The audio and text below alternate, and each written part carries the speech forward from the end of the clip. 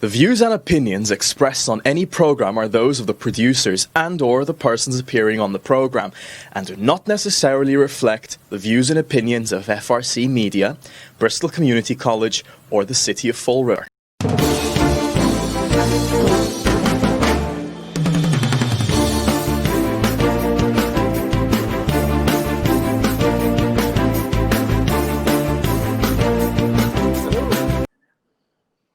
And we are back one more week for another table topics. And on the other side, we have a guest that I will introduce in a minute.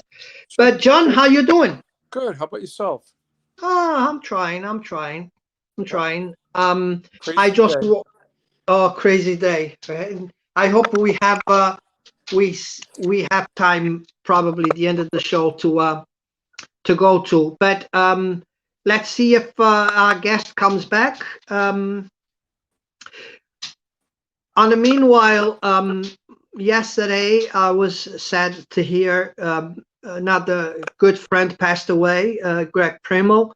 Oh, yeah, so he was the man involved in so many different things, and all good things, I have to say. Yeah.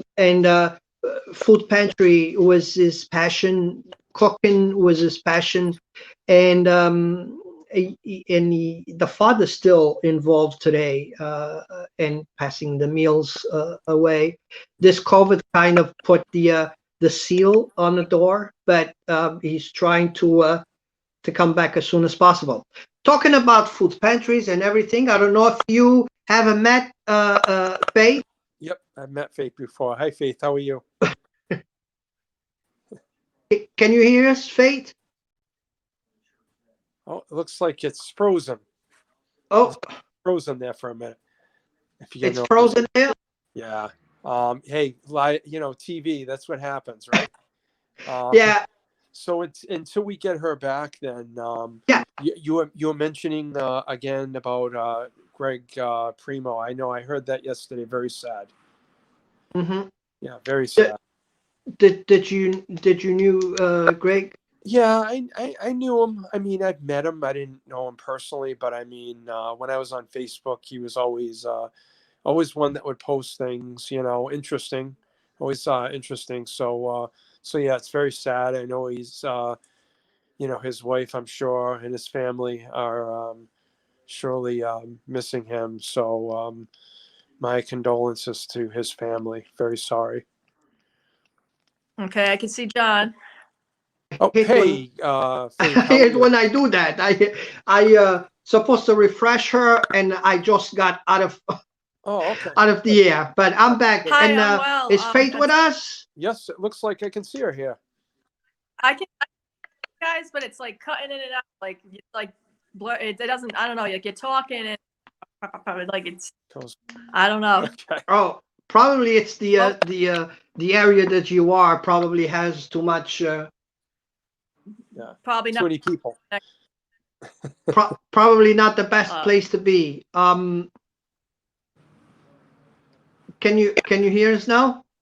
Well, right now I can hear you now. Yeah. Yeah, but it's gonna keep frozen. So I will ask you if you could move to a different place, probably to get.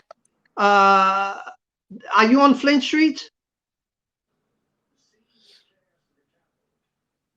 No, I think she's gone again. Yeah, the location that she's in, it's not really the best. But yeah. Okay. Somewhere else. Okay. Well, until she comes back, Carlos, did you have something you want to give us a prelude to what you and Faith was going to speak about? Yes. Just an introduction, I guess. If she's back with us? No. No. I think she's gone. Well. So yeah, if you want to give a preview, or if you want to talk about what's. Well, I preferred her to talk about. So we were going to talk about Gates of Hope. That's one of the soup kitchens that she's running. for a few years, and everybody knows by now that she uses the DeVol school for storage, because we still don't have permits to actually do stuff out of the building, but she uses to stock, because she needs a place to put all the stuff, and she basically just do it goes into the high rises, and people can pick up some food by appointment right at the door of the building. So we were going to talk about her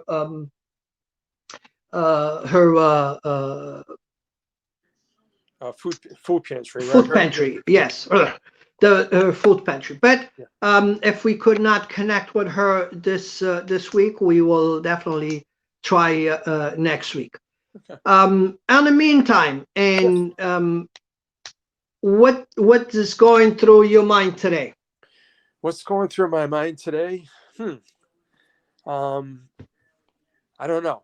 You know, we've gone through in this country the last 4 years of people saying the current president's an illegitimate president, and you know, we have a divided country. I was telling my wife this during lunch today. I remember the AG Barr was on CNN talking to Will Flitzer. And I don't usually watch, but I like William Barr, so I was listening to him. And he was talking before the election about we got to get these election things in compliance, or we need to get this together, because this is a very volatile thing. This country, we're very divided right now, and we don't want to get into that situation. And all I could think about when I saw what was happening today is that he was right. He was right. You know, that basically when you don't get these systems together and people don't think that the election was current, or was fair, this is what happens, you know? Yeah. So it's a very sad day. And I blame the people that are doing this. They shouldn't be, but I believe both sides of the aisle. They should have ensured this election, there were no problems. They should have taken it seriously. When people are getting kicked out, observers are getting kicked out of the process, you need to immediately stop that. And they didn't. I just think was the wrong year to do it. Definitely. Yep. This country was always divided. That's why we have two parties. Correct. But we will divide it with respect to each other. Yes. And that's the difference we are witnessing right now. Yeah. So with that being said, finally we got the fate in a better place. Are you in a better?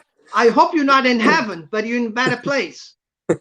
I'm a better place, I think. You guys, I do, but I still can't hear you clearly. Okay, so I want this opportunity to hear from Gates of Hope.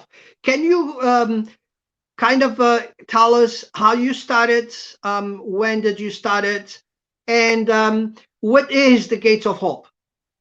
Okay, so what you just said was how we started and everything. So a little bit of background about me. I've been helping with food pantries and soup kitchens and food security needs for 18 years. I was with a local church for many years, and then I started Gates of Hope 6 years ago. I was already friends with Carlos, as many people know, part of the Flint Neighborhood Association, and also a resident of the Flint for 20 years. So I didn't have a space to start, doing a physical location. We were doing mobile food pantries and stuff like that. But we really couldn't do much until we had a space that we actually take in donations, food, clothing, food, all kinds of different things, and then distribute them to the public. So we were doing a lot of stuff out of the van, working with a couple of other churches. But, I got to the point where we needed a place to pick up to drop off and distribute a lot of postal food drive. We usually always participated with that from other, the other church, but we went on our own, so we needed a place to get. So we kind of got the wire. I committed to getting the food from the post office, and anyone who's ever been involved with that knows a lot of food. So that's when I reached out to Carlos at a neighborhood meeting one night and said, hey, is there any possible way that we could, have some space at the school where we are today? And he, ran it by the board. He said, sure, let's do this, help the community. That's how we started here. It's kind of funny, but that's how we started here. And from there, at the time, there was a Flint youth group that were also involved with the neighborhood, and just a great group of people, and a lot of teens and stuff. So they started getting involved. There was people that needed food, and they wanted to help as well. So one thing led to another, and we started doing events, cookouts, and that was never on our radar to do. We just got involved with that stuff because it was there. It's a need in the community, and we had the resources. As far as what we're about, we started as actually a food rescue and collect food and distribute it to other food pantries. But like I just said, the need in the community started asking directly for food, and that's how we started the food pantry. Like, we never pantry, but we became one. So we just roll with the punches as things come up. We've been able to work with Carlos in the Flint neighborhood to do movie nights and the Flint Pride, and just all kinds of different things with the community, which I think if we hadn't had this partnership, we probably wouldn't have gotten involved with. So it's been a really great opportunity. We are faith-based. We're not a church. I ask that a lot. But we are a faith-based organization. When it applies, we do share the message, and we don't discriminate. Anybody can come and get food, clothing. Anybody can come to us, but we don't hide who we are either. So, Faith, now during this pandemic, 2019, you went an extra step, and you actually went into the high rises to serve those in need there that could not even leave their homes. So how'd that happen? Yeah, well, before then, we started that a few years ago. We started with one place. I'm not going to say which one, but a gentleman who since passed away reached out to us for help to get some food to the residents there, and then another one and another one, and now we have two more that want us to go in. But anyway, getting back to this past year, things have looked very different for everybody, obviously, and we weren't sure if we were going to be able to continue, because as we were operating before, we'd actually bring the food and we'd inside the community rooms, and people would come and they could come and pick what they want, but of course together. So we couldn't do that anymore, and the community room was closed. So we had to kind of brainstorm to see what we could do to still do this and keep people socially distanced and keep people not getting all together in crowds. So we've had to get creative and had to do it outside. We've had people sign up and leave their numbers or their like not their address, because they're all in the same building, but where we could buzz them, have them actually come out. And we weren't also allowed to go into the building, so we've been since March. It's been challenging. Some people aren't home when you call them, or they miss the call, and you get a call later. Hey, where's my food? I'm like, oh, I'm very sorry, we were there, and it's frustrating because we help everybody, but we also can't be on call 24 hours and go back. Well, that's another thing that I was going to say is this is all problems that comes with business, but you guys actually are all volunteers, right? Yeah. This is an all volunteer organization. We rely on both financial and in-kind donations. We've had a couple of small grants here and there, but we haven't had anything big. So, you know, we're basically 95 funded by those who donate directly to us, whether they be other churches, whether, you know, just individuals. You know, we have fundraisers, you know, like any other but we don't have a huge steady, some have. So it's you know, we are currently trying to fund for a box truck. We have promoted it. We're looking to maybe promote that more this year. But it's all volunteer. We have a good group of volunteers, but let's face it, people have. So, and if John, if you have a question, feel free. So your goal this year is actually to buy a box truck, a refrigerator box truck. How you think that will improve the organization and the distribution of food? Well, that's mainly is for the distribution of food, and obviously because it's refrigerated. You know, we're looking to be able to have more produce. You know, any type of meat, anything that, you know, if we don't have the way to keep it cool when we distribute, then, you know, we can't pick it up as much. Turn down a lot of donations. And when I say donations, I mean like large donations, pallets of food. We have a van and a trailer, but with that, you can load everything, and that gets very tiresome. And it's not refrigerated. So, you know, when it's hot out, that, you know, you got a very limited window before you pick up the food and then get it into, you know, where it needs to be. So we need to launch a big campaign for this truck that you estimate. It ain't estimate. No, it's $80,000 brand new with the lift gate. The lift gate is, I would say, a requirement for what we're doing, because again, it's one thing to pick up pallets of food, right equipment, you know, pallet jacks, wheel, load it on, we unload it, and, you know, you're wheeling it. You're not literally lifting a package and box that, you know, could weigh anywhere from 10 to 50 pounds. That just takes forever, and especially if there's only a few of us here, you know, we do it, but it's a lot of work. And we're also limited to up right now. So it's $80,000 for the truck new. Used, maybe 30, but the problem with a used refrigerated box truck, and we have done our research, excuse me, they usually beat to heck, you know, usually your diamond. And then in that point, you know, that's not, so, you know, registration for it is about $3,500 a year. So, you know, we're not worried about that part of it, but, you know, the purchase, it's a big purchase. It is, you know, we know that. It's something we've had on our radar for the past 5 years.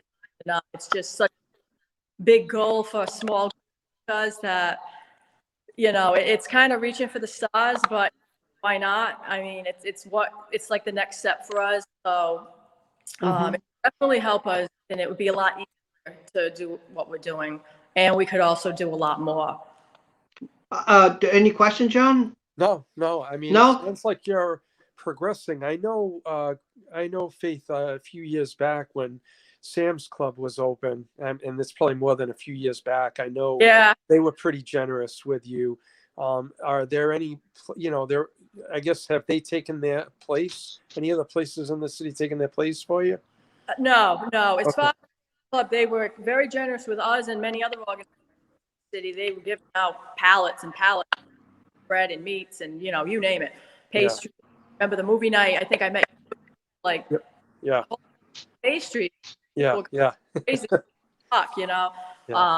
Huge blessing. So as far as anyone taking the place, no, there hasn't been any other big contributor food-wise. We are a member of the Boston Food Bank now, so we have access to trucks.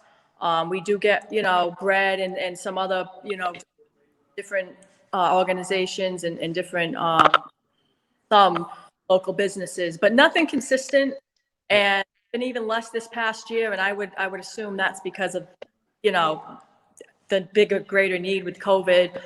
There's been pantries opening up, and that's great. But so, less resources to go around.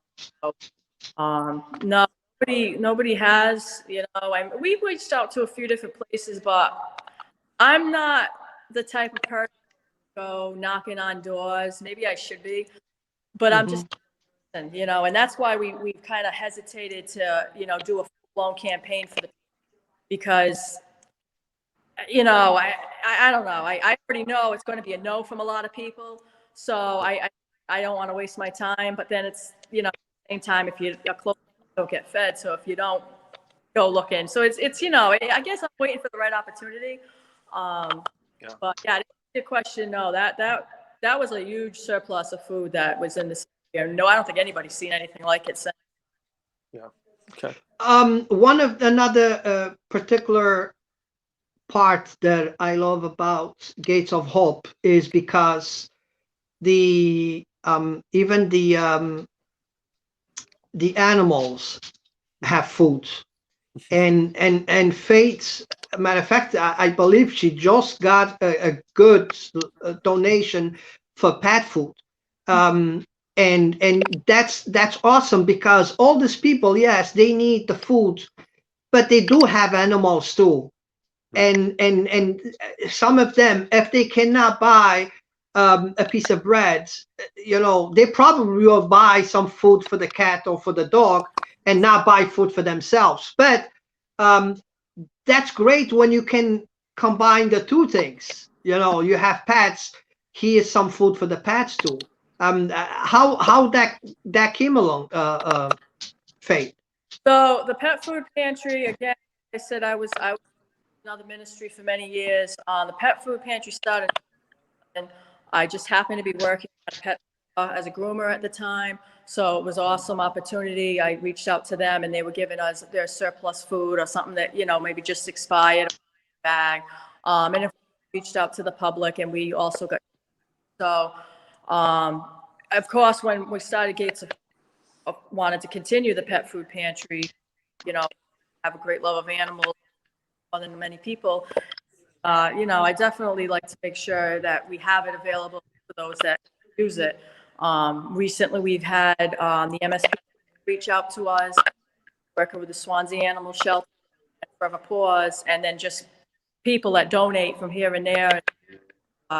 There's been a lady coming from pet and donating, pet food. So we've been blessed. Christmas Eve, matter of fact, we had all kinds of donations, stuff coming in, like truckloads. I'm like, where are these people coming from? But it's great, So we've been blessed with a lot of pet food, mostly dog, not so much cat food. I'm not sure why that is, but we'll take what we can get. But it's been well received. A lot of people that do have pets, we let them know we have pet food. They do take the pet food. Some can't, it's not the right type of food, like some on special diet. We only get, but yeah, most people that say, hey, we have cat and dog food, could use some, they do use it. It's good. Very good, Faith.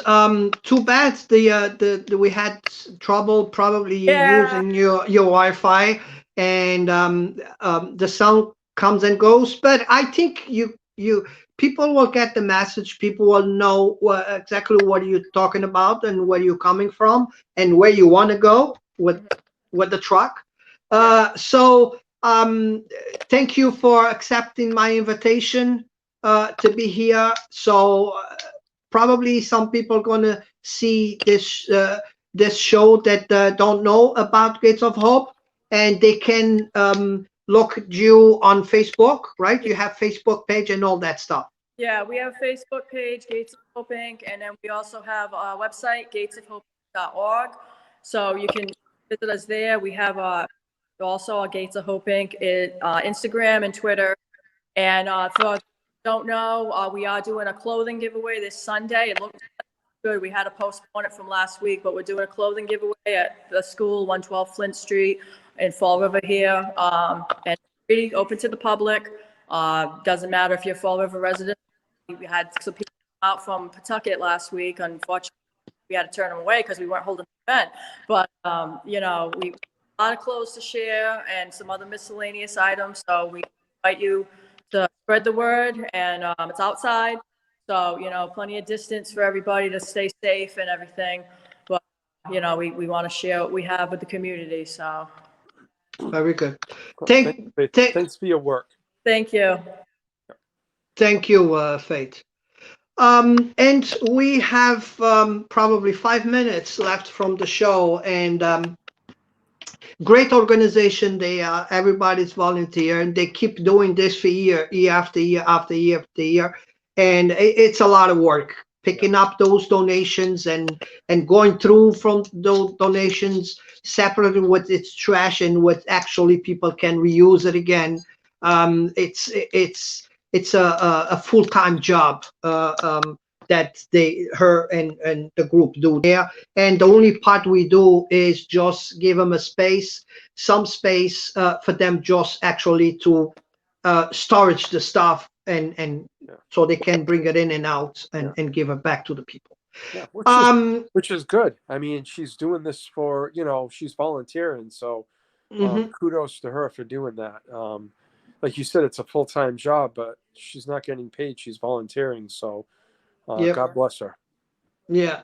So, and we're gonna wrap up the show. We have probably 3 or 4 minutes, but we could not wrap up this show without going through the history that's been rolling today in front of our eyes. Yes. And is this I don't call protesters. I call supporters.